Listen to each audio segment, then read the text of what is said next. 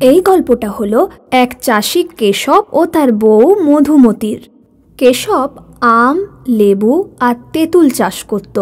তারপর ওর জমির পাশে একটা ছোট্ট দোকান করে ও সেগুলো বিক্রি করত, কিন্তু তাতে রোজগার খুব কম ছিল। একদিনের কথা, গ্রামে এক সরকারি ঘোষণা হলো, গ্রামের লোক সবাই শোনো শোনো, সরকারের পক্ষ থেকে কাল থেকে 15 দিনের জন্য রোজগার শিবির বসছে, যেখানে মহিলাদের জন্য আচার, মোরব্বা, সব রকম কুটির শিল্পের প্রশিক্ষণ দেওয়া হবে। আজই পঞ্চায়েত প্রধানের কাছে গিয়ে নিজের নাম লিখিয়ে আসুন। এই কথা শুনে মধুমতি কেশবকে বলল, আমিও এই শিবিরে গিয়ে মুরব্বা বানানো শিখব। আরে মুরব্বা বানিয়ে তুমি কি করবে? আমাদের গাছের আম, তেঁতুল, লেবু এদের দিয়ে আচার বানিয়ে বাজারে বিক্রি করব, তাতে আমাদের রোজগার বাড়বে। এটাও একবার চেষ্টা করে দেখা যাক। পরের দিন মধুমতি সরকারি শিবিরে গেল। ওখানে আম, তেঁতুল আর লেবুর মুরব্বা বানানো শেখানো হলো। ও প্রত্যেক দিন শিবিরে গিয়ে নতুন নতুন জিনিস বানাতে শিখল। বাড়ি ফিরে মধুমতি লেবু আর তেঁতুলের আচার বানালো। এই নাও, একটু চেখে দেখে বলো তো কেমন হয়েছে। খুব ভালো। কেশব তো পুরো বাটি চেটে পুটে খেয়ে নিল। এইটা দেখে মধুমতি খুব খুশি হলো আর হাসতে শুরু করলো। এখন যা খাবার খেয়ে নাও, কাল থেকে কিন্তু আর খেতে পাবে না। কেশব তার বউর দিকে তাকালো, আবার খেতে শুরু করলো। পরের দিন কেশব তার গুমটিতে আচারও রাখা শুরু করলো। কেশবের গুমটি গ্রাম থেকে অনেক দূরে ছিল, এর জন্য এখানে মানুষজনের চলাচল খুব কম ছিল, খুব একটা বিক্রিও হতো না। আমার মনে হয় না এসব জিনিস এখানে বিক্রি হবে। আরে এত রোদ্রে এখানে কে আসবে বলো তো? তুমি এসব বলো না তো। পরের দিন থেকে মধুমতি গুমটির সামনে একটা জলের কলসি রাখলো। এখন লোক জল খেতে আসবে আর আচার ও মুরব্বাও কিনবে। মধুমতির এই ভাবনা কাজে লেগে গেল। লোক জল খেতেও এলো, আচার আর মুরব্বাও কিনতে শুরু করলো। এখন মধুমতিকে রোজ অনেক আচার ও মুরব্বা বানাতে হতো। ব্যবসা তো এবার খুব ভালোই চলছে। হ্যাঁ, কিন্তু আমার এখন সাহায্যের দরকার। আমি ভাবছি আমার ছোট বোনকে এখানে ডেকে নেব, তাহলে কাজেও সুবিধা হয়ে যাবে। তুমি যেমন বলবে গিন্নি। মধুমতি আর তার বোন দুজন মিলে আচার ও মুরব্বা বানাতে শুরু করলো।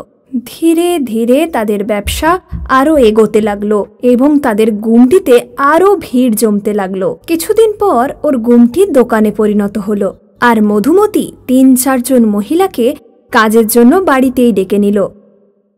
মধুমতি আর কেশবের পরিশ্রমে তারা ১ বছরের মধ্যে একটা গোডাউন কিনে নিল আর সেখানে একটা আচার ফ্যাক্টরি গড়ে তুলল।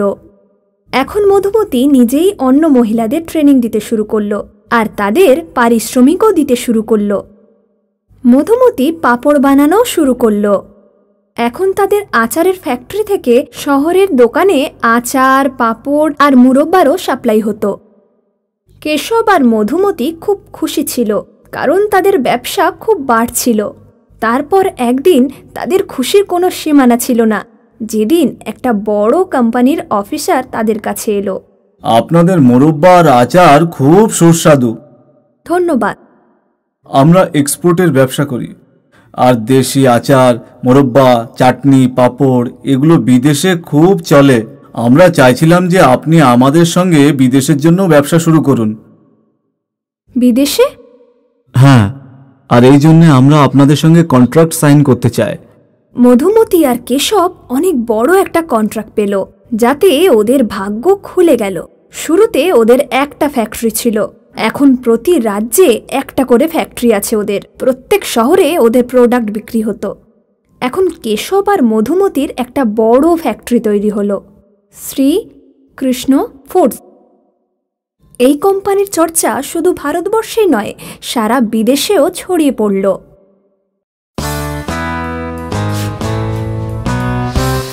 মিতালি, এই দেখো, দুধের স্বরকে এইভাবে ভালো করে ফুটিয়ে তার থেকে শুদ্ধ দেশি ঘি বানানো হয়। ঠিক আছে ঠাম্মা।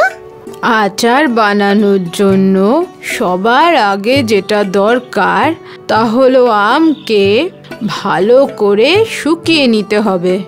কেন ঠাম্মা? কারণ আমের মধ্যে যদি একটুও জল থেকে যায় তাহলে মশলা মেশানোর পরে স্বাদ একটুও ভালো হয় না। ঠিক আছে ঠাম্মা, আমি বুঝতে পেরেছি। এইভাবে মিতালি তার ঠাকুমার থেকে অনেক কিছু জিনিস বানানো শিখল। মিতালি রান্না করতে খুব ভালোবাসতো। সময় এগোতে লাগলো, আর এখন মিতালি সুন্দরী এক যুবতী হয়ে উঠেছিল। ঠাকুমা মিতালির বিয়ে এক সুপুরুষ যুবক মহেশের সাথে দিলেন। মিতালি আর মহেশ তারা একসাথে আনন্দে দিন কাটাচ্ছিল। 1 বছর পর মিতালি আর মহেশের 2 যমজ সন্তান হলো, যাদের নাম তারা অলোক আর আদিত্য রাখল। দুজনের সুখেই দিন কাটছিল। মহেশ তার দায়িত্ব খুব ভালোভাবে পালন করছিল। কিছু সময় পর মিতালির ঠাকুমা মারা গেলেন।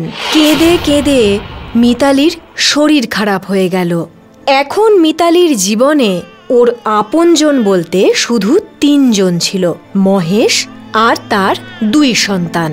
মিতালি নিজেকে সামলে নিল, আর তারপর তার স্বামী ও সন্তানদের সেবায় ব্যস্ত হয়ে পড়ল। কিন্তু হয়তো ভগবান মিতালির জীবনে খুব কম সুখ লিখেছিলেন। একদিন মহেশের খুব বড় একটা অ্যাক্সিডেন্ট হলো, যার ফলেও শয্যাশায়ী হয়ে গেল। মিতালি এটা বুঝতে পারছিল না যে কিভাবে সে নিজেকে সামলাবে এবং সন্তানদের বড় করে তুলবে। কিছুদিনের মধ্যেই তাদের ঘরে খাদ্যের অভাব দেখা দিল। তাদের কাছে ওষুধ কেনারও টাকা ছিল না। আর তারপর একদিন মহেশও এই পৃথিবীর মায়া ত্যাগ করল। মহেশের মৃত্যুর ফলে মিতালির জীবনে আরও দুঃখ নেমে এলো। সংসারে মহেশই একমাত্র উপার্জন করত, যার চলে যাবার ফলে সংসারের আর্থিক পরিস্থিতি খুবই খারাপ হয়ে গিয়েছিল।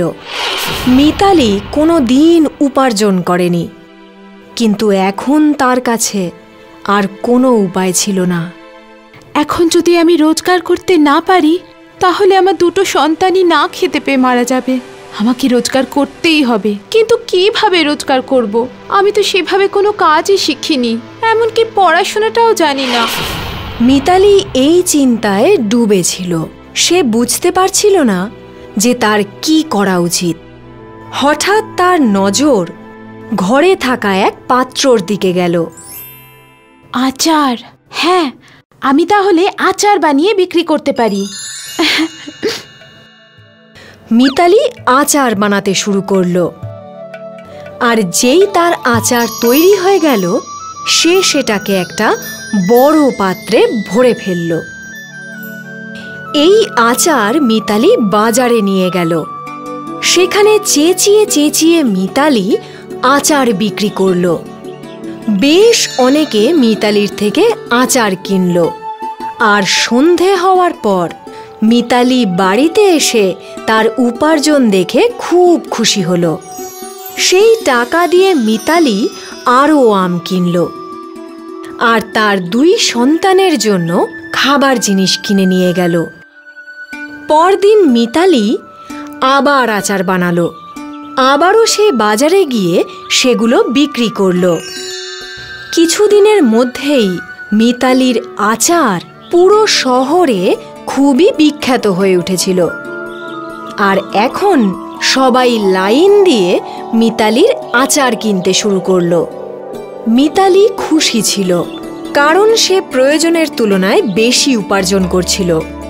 আর তার 2 সন্তানের লালন পালন বেশ ভালোভাবেই হচ্ছিল। কয়েক বছরের মধ্যেই মিতালির 2 ছেলে বড় হয়ে গেল, আর এখন তারা দুজনেই এক ভালো স্কুলে লেখাপড়া করছিল। মিতালি আচার বানিয়ে বানিয়ে একটা বেশ বড় বাড়ি বানিয়ে ফেলল। আর এখন মিতালি বাজারে একটা বড় দোকানও কিনে ফেলেছিল। এখন সে আচারের সাথে সাথে অন্য আরও অনেক কিছু বিক্রি করছিল। মিতালি তার সাহায্যের জন্য আরও অনেককে কাজে নিযুক্ত করল। এর ফলে গ্রামের অনেক গরিব মহিলা কাজও পেয়ে গেল, আর তাদের জীবন সুখে শান্তিতে ভরে উঠল।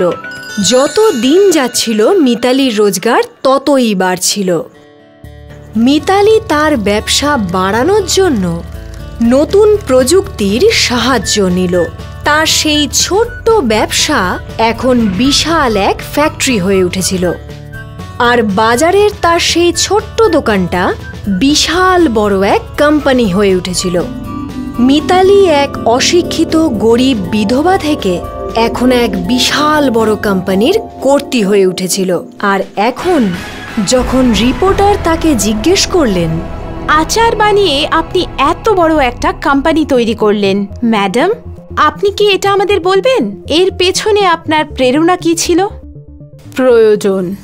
যদি আমার রোজগার করার প্রয়োজন না থাকতো তাহলে আমি আচারও বানাতাম না, আর এত বড় ব্যবসাটাও হতো না।